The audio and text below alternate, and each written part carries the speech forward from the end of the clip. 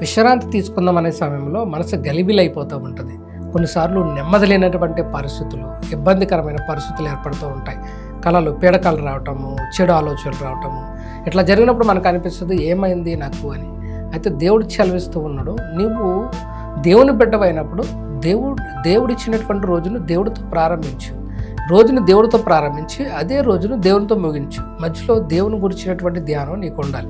ఇట్లా లేకోకుండా నీ ఇష్టం వచ్చినట్టు ఈ లోకంలో ఆచారాలు పాటిస్తూ, ఈ లోకంలో విధానాలు ఇదైపోతూ, నువ్వు ఈ లోకంలో ఉన్న సోషల్ మీడియాకి నువ్వు ఎడిక్ట్ అయిపోయి ఇవన్నీ కూడా రోజంతా ఇందులో తిరిగి సాయంత్రం వచ్చి పడుకొని నాకు ప్రశాంతత కావాలి, నెమ్మది కావాలంటే ఎట్లా వస్తుంది? దేవుడు అంటున్నాడు, నీకు మంచి దర్శనాలు కావాలంటే, నీకు మంచి కళలు కావాలంటే, దేవుడు నిన్ను జీవితాన్ని ఆశీర్వాదంగా నెమ్మదికరమైనటువంటి విశ్రాంతి నీకు కావాలంటే ఆయనతో నువ్వు రోజును ప్రారంభించు, దేవునితో రోజును ముగించు. నీ జీవితం ఆశీర్వాదకరంగా ఉంటుంది.